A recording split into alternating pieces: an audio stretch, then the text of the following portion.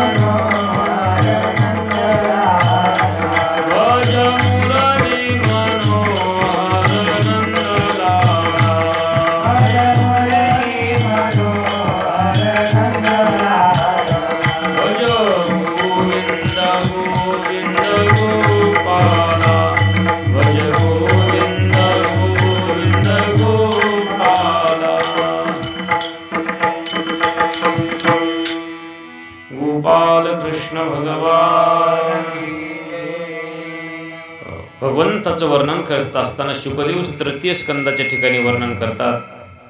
श्री शुकवाच एवमेतत् पुरा पृष्टो मैत्रेयो भगवान किल शत्रावनं प्रविष्टेन त्यक्त्वा स्वगृहं वृद्धिमत् यद्वायं मन्त्रकृतो भगवान अखिलेश्वरः पौरवेन्द्र गृहं नीत्वा प्रविवेशात्मसात्कृतम्.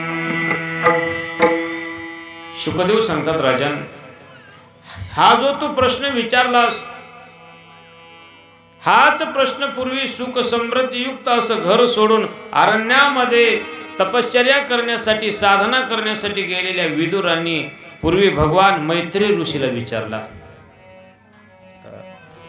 हा मैत्री ऋषीला प्रश्न विचारला, भगवंत करता असून सुद्धा ते अकर्ता आहे का करता आहे, कशा प्रकारे या सृष्टीची उत्पत्ती केली. सृष्टीविषयक अनेक वेळा श्रीमद भागवत कथेमध्ये वर्णन आलेलं आहे.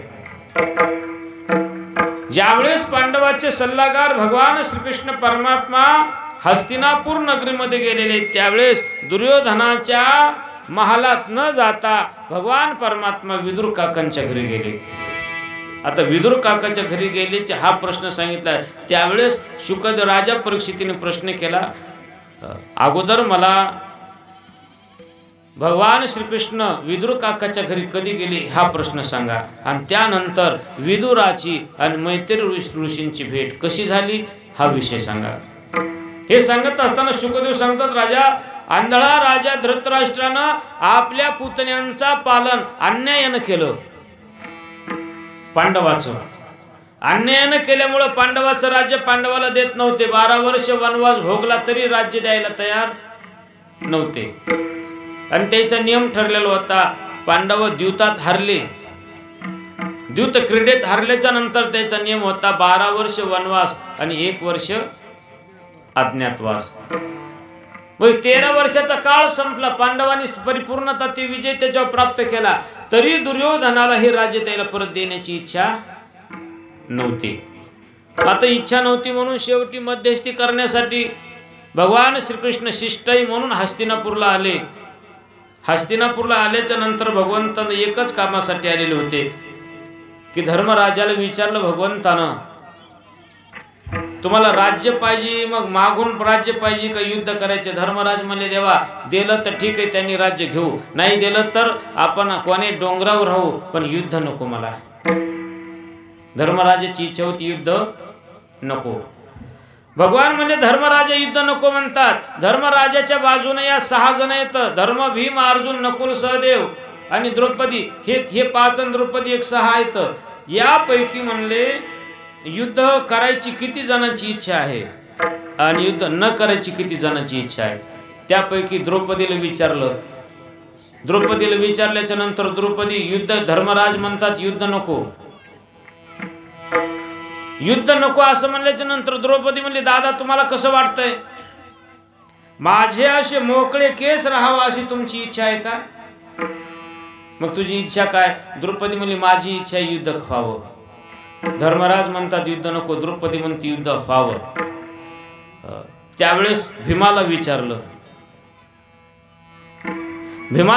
भगवान श्रीकृष्णाने की धर्मराज म्हणतात युद्ध नको, तुमची काय इच्छा आहे? मी तर आता हस्तिनापूरला जाणार आहे. भीमदादा म्हणतात मी पण केलेला आहे, या माझ्या गदेनं दुःशासनाचा छाती फोडेल आणि त्याच्या रक्तानं द्रौपदीचं केसाला लावेल, हे माझं पण केलेलं आहे, म्हणून मला युद्ध करायचंच. आता 2 युद्धाच्या बाजूनं झाले, एकच युद्धाच्या बाजूनं नकोय. पुन्हा विचारला अर्जुनाला. धर्मराज म्हणतात युद्ध नकोय, तुमचं म्हणणं काय? तो म्हणला तसं जमणारच नाही, युद्ध करायचंच, युद्ध व्हायलाच पाहिजेत. आता शेवटी 3 बाजूला झाले. नकुल सहदेवाला विचारलं. नकुल सहदेव म्हणते आमचे दादा म्हणतात ना युद्ध नको आहे, मग त्याच्या मनावर. आता 3 युद्धाच्या बाजूनं आणि 3 नकोच्या बाजूनं झाले. मग आता भगवान म्हणले बाकीचा निर्णय घ्यायचं माझं काम, कारण मी त्याचं एक कोण आहे, त्याच्या कुटुंबातला सदस्य असल्यासारखाच आहे. मग शेवटी निर्णय घ्यायचं माझं काम. आणि भगवान तिथून निघाल्याच्या नंतर हस्तिनापूरला येत असताना दुर्योधनानं 1 महिन्यापासून त्याची तयारी केलेली होती. पण त्याच्या आधीच काय झालेलं होतं, ज्यावेळेस धृतराष्ट्र आपल्या पुतण्याचा असा अन्याय करायचा म्हणून विदुर काकानं धृतराष्ट्राला नेहमी सांगावं, दादा तुझ्या मुलाच्या विश्वासावर जाऊ नको बरं, मुलगा फार तुझा कसा आहे, वाईट आचरण आहे, त्याचं कुळाला कलंकित करणारा आहे, दुष्ट वृत्तीचा आहे. हे सांगत असताना त्याच्या मुलाच्या बोलण्यावर जाऊ नको, पांडवाचं राज्य पांडवाला दे, असं ज्यावेळेस विदुर काकानं धृतराष्ट्राला सांगावं. एके दिवशी सांगत असताना दुर्योधन बाहेर थांबलेला होता आणि विदुर काका धृतराष्ट्र बोलू लागले.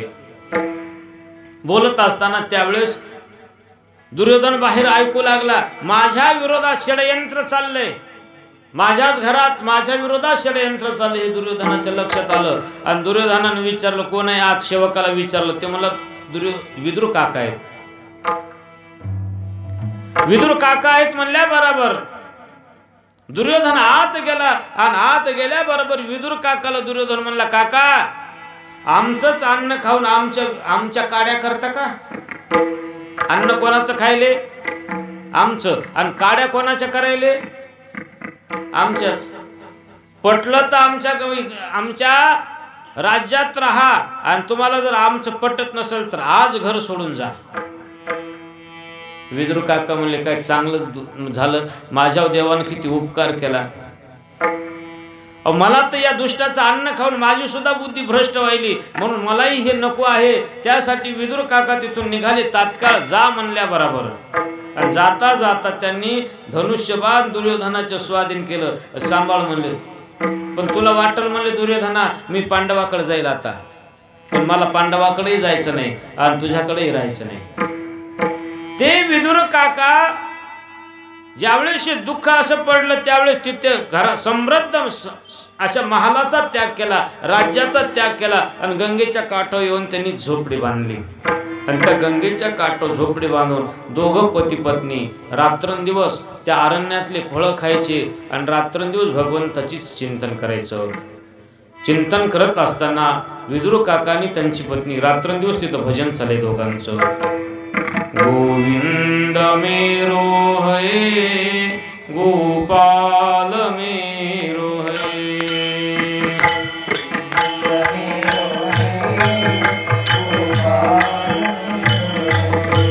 गोविंद मेरो है गोपाल मेरो है,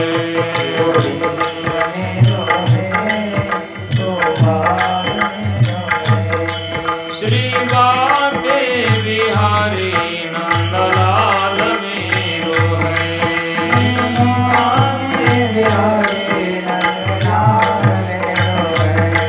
श्री बाके बिहारी नंदलाल मेरो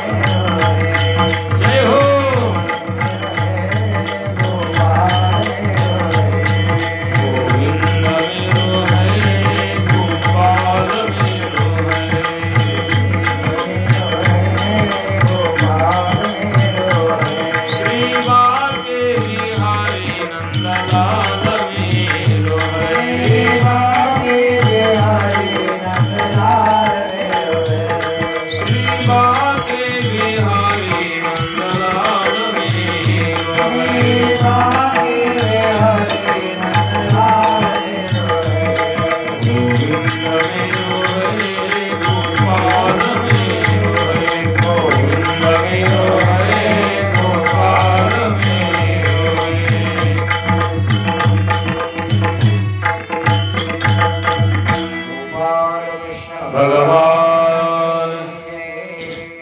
हे दोघच अशा प्रकारे साधना करायचे पा पती पत्नीच आहेत. अनेक कुटुंबामध्ये दोघांनाही परमार्थ आवडला असं सांगता येत नाही. काही काही कुटुंबामध्ये मालकाला देवदेव आवडतो तर मालकीन म्हणली त्याच्यावर काही बंद नाही. आणि काही काही घरामध्ये मालकिनीला आवडते तर मालकाला आवडत नाही. असे काही कुटुंब आहेत त्या कुटुंबामध्ये दोघालाही परमार्थ आवडतो.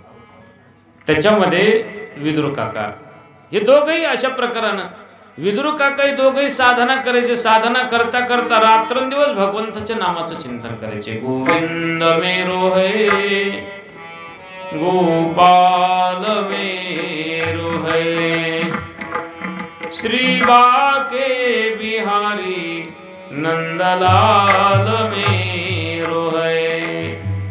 त्या ठिकाणी अरण्यात असलेले जे काही फळ आहेत ते फळं खाऊन दोघेच साधना करायची. असं 12 वर्ष झाली पा. 12 वर्षाचं एक तप पूर्ण होत आहे. आणि 12 वर्षाच्या नंतर एके दिवशी विदुर काका गंगेचं स्नान करत असताना त्या ठिकाणी काही हस्तिनापूरचे लोक आलेले होते. हस्तिनापूर नगराची सजावट चाललेली होती.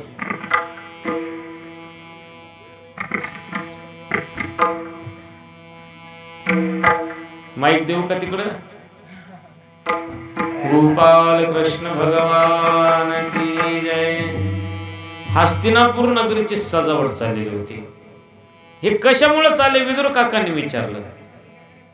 त्यावेळेस विदुर काकाला त्या हस्तिनापूरहून आलेल्या लोकांनी सांगितलं, उद्या सकाळच्याला आपल्या या राजधानीमध्ये हस्तिनापूर नगरीमध्ये द्वारकेचा राजा भगवान श्रीकृष्ण येत आहे.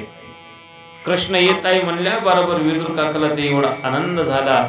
आणि विदुर काका परत आपल्या आश्रमात गेल्याच्या नंतर विदुर काकाची पत्नी सुलभा या सुलभेला सांगतात, मला तरी वाटले भगवान श्रीकृष्ण द्वारकेत येणार, पण ते द्वारकेत यायलेत आपलं हस्तिनापूरला यायलेत, पण ते दुर्योधनासाठी नाही तर माझ्यासाठी यायलेत.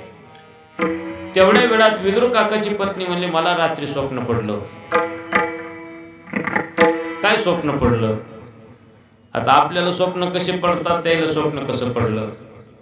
विदुर काकाची पत्नी सांगते, मलाही रात्री स्वप्न पडलं की द्वारकेचा राजा भगवान श्रीकृष्ण हस्तिनापूरला आले, पण ते पहिल्यांदा आपल्या घरी आले. आणि आपल्या घरी आल्याच्या नंतर आपण त्याला सुंदर त्याचं स्वागत केलं, जीव घातला. हे मला स्वप्न पडलं. विदुर काका म्हणतात, आपल्या घरी बसायला आपल्याला जागा नाही, तर त्या देवाचं स्वागत करण्यासाठी एवढी जय्यत तयारी आपण कोण करणार? ते दोघं बोलता बोलता विदुर काकाच्या पत्नीनं सांगितलं, उद्या मग आपल्याला आपल्या घरी देवाला आमंत्रण द्या ना जेवण्यासाठी. विदुर काका म्हणले, नको नको, जेवायला आपल्या घरी बोलवत आपण काय देवाला खाऊ घालावं? त्यात तर परमात्म्याला 56 प्रकारचा भोग लागतो. आणि आपल्या घरी तर कच्चे फळ आहेत, भेटले तर पिकलेले, भेटले नाही तर कच्चे खाऊ लागतात. कच्चे खाऊ लागतात.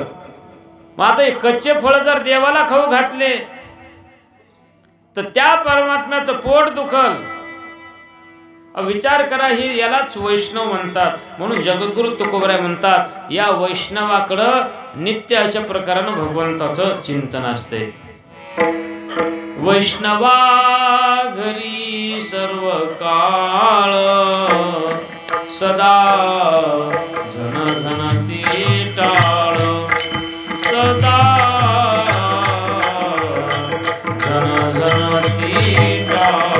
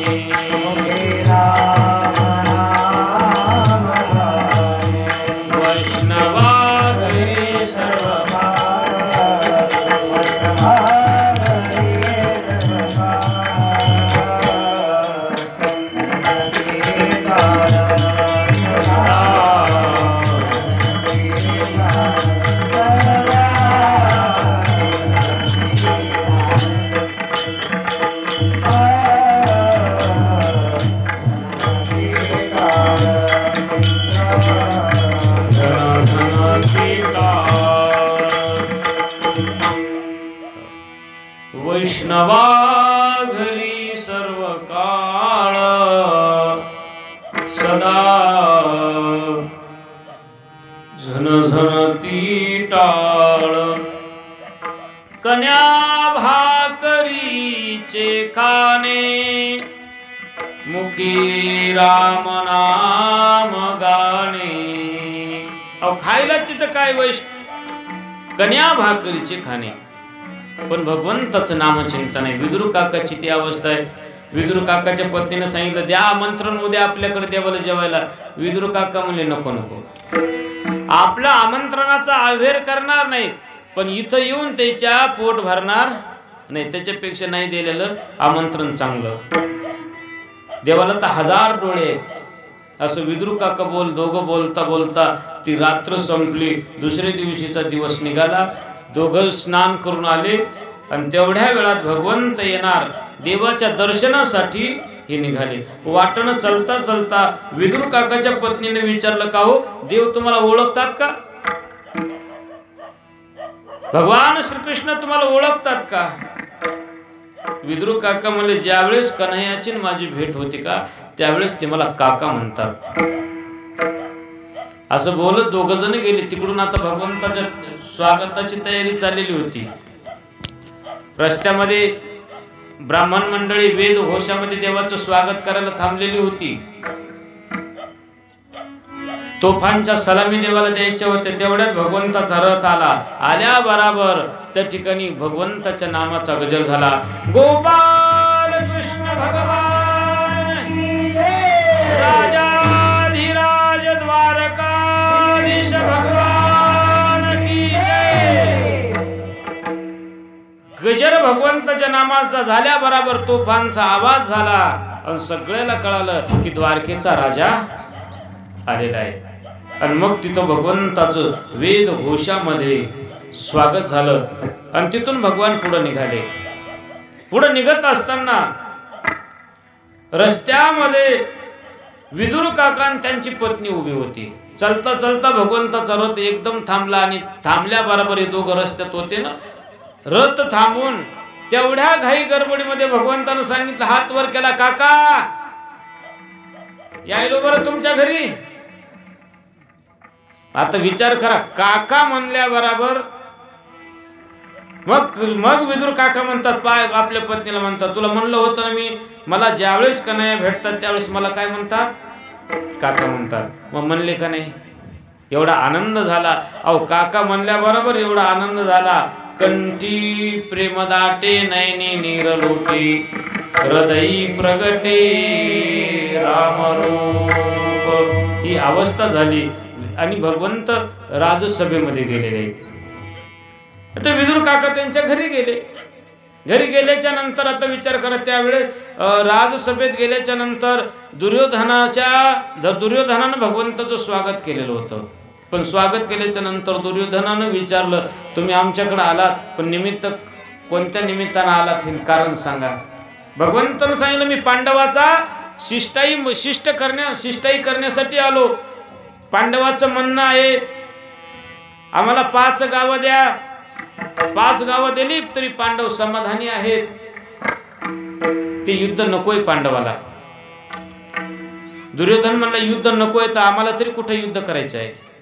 नकोय तर ठीक आहे, 5 गावं दिल्यावर पांडव समाधानी आहेत. दुर्योधन म्हणला दिले म्हणल्या बरोबर भगवान म्हणले, अरे असं कस काय हे उलट झालं. दुष्टाला सद्बुद्धी कशी निर्माण झाली. दिले म्हणल्या बरोबर भगवान म्हणले, मला तर युद्ध करायचं याच्यासोबत, आणि हे तर गाव दिले म्हणायला.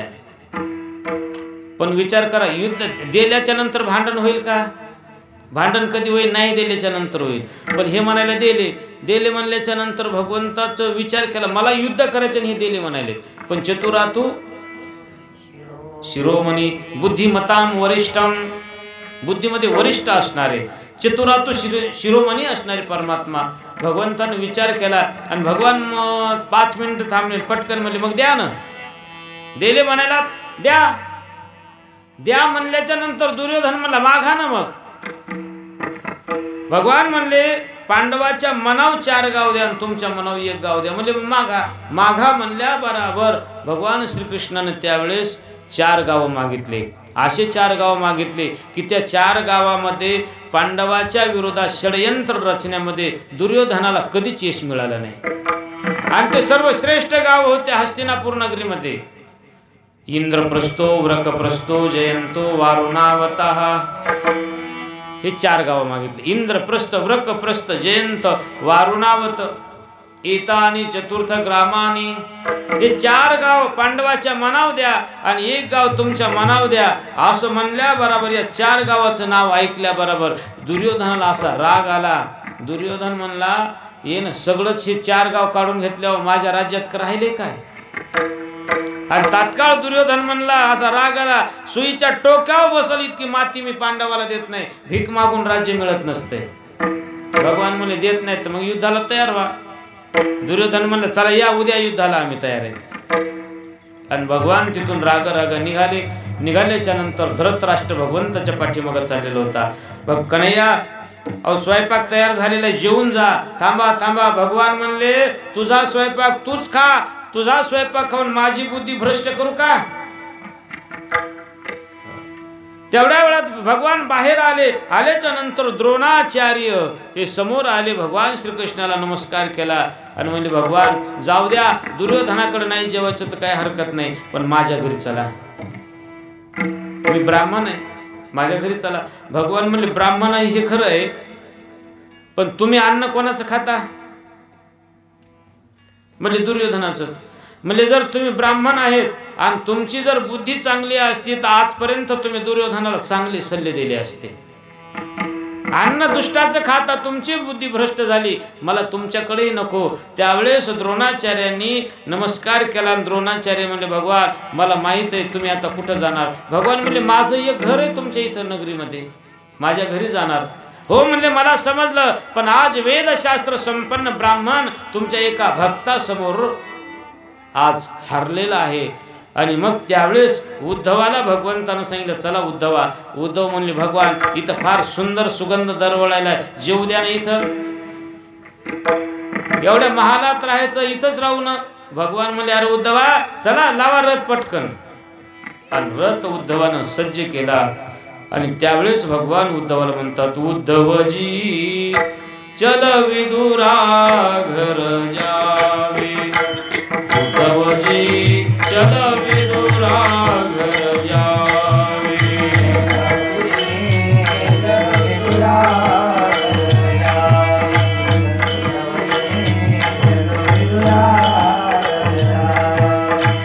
बड़े बड़े मंदिर कोन काम के,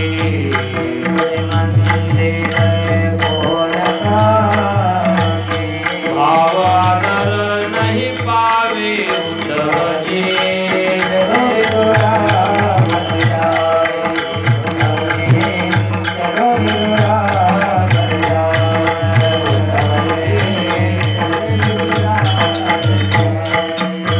शबरी के बेर सुदाम जी के चावल,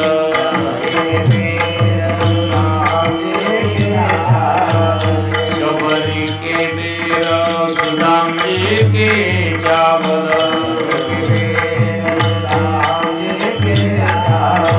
रुचि रुचि भोग लगावे उद्धवजी.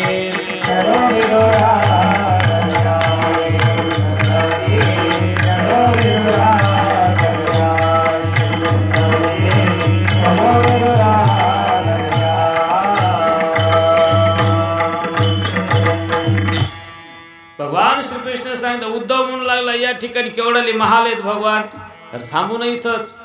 भगवंतानं सांगितलं उद्धवा बडे बडे मंदिर कोण काम के, भाव आदर नाही पावे. घर मोठे तर फक्त हे महाल मोठाले येत, पण या महालात राहणाऱ्या लोकांचा भाव मात्र आपल्याबद्दल नाही. मग जिथं भावच नाही तिथं कशाला जायचं, जिथं भाव आहे तिथं जायचं. भगवान म्हणले नाही भाव चला, कारण म्हणले तिथं जायचं कशाला, तिथं झोपडी आहे. भगवान म्हणले जरी झोपडी आहे तर सुदामजी के चावल, शबरी के बेल सुदामजी के चावल. अहो शबरीनं बोरे उष्टे बोरे खाऊ घातले.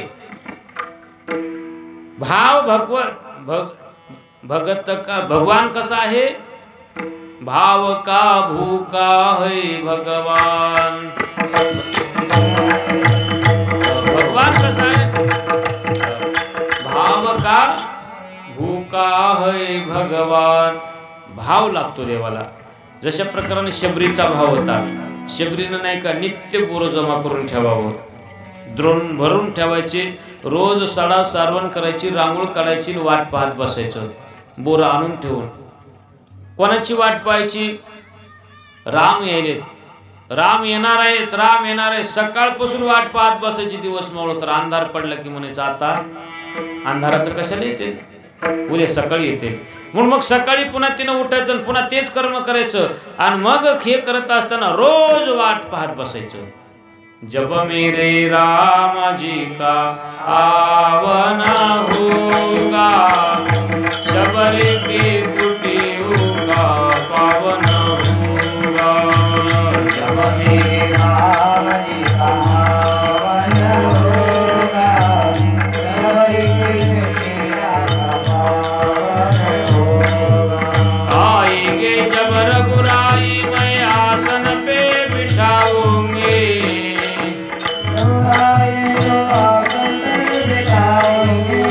मीठे मीठे बेर अपने हाथों से खिलाऊंगे.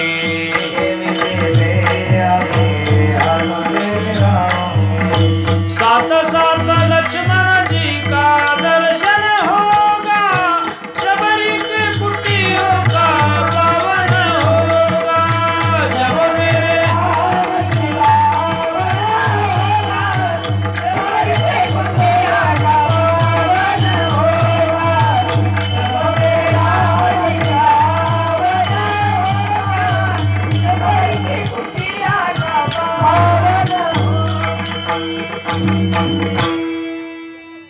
जब मेरे राम जी का आवन होगा, शबरी के कुटियों का पावन होगा।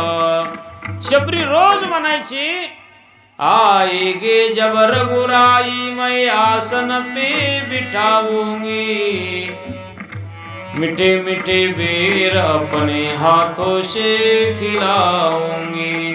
ज्यावेळेस राम येतील त्यावेळेस सुंदर आसनावर बसवल, त्यांची पूजा करल आणि त्याला बोर खाऊ घालेल। आता विचार करा, मनाचे संकल्प पावविल सिद्धी। योगा योगानं काही काळांतरांच्या नंतर राम तिच्या आश्रमात आले, पण तिनं बोर कसे दिले? दुरण भरून ठेवलेलं बोर, पण दातानं टोकरलेला।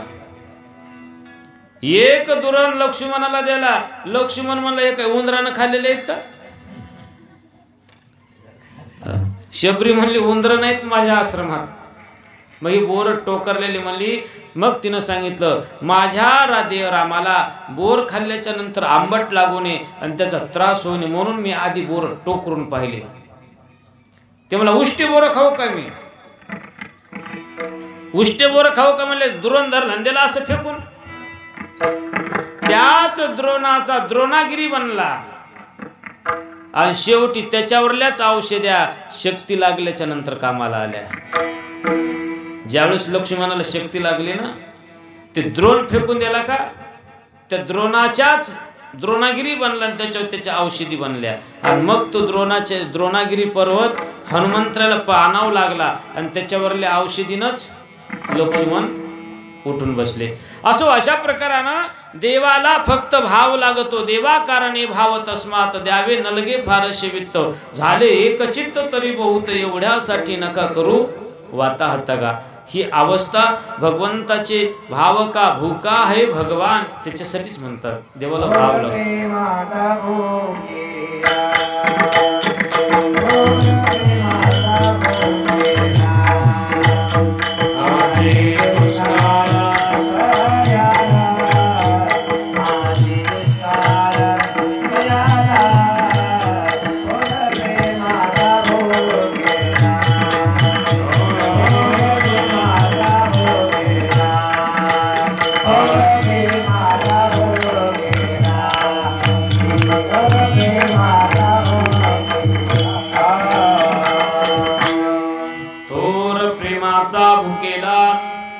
हाची दुष्काळ तयाला, पोहे सुदामध्ये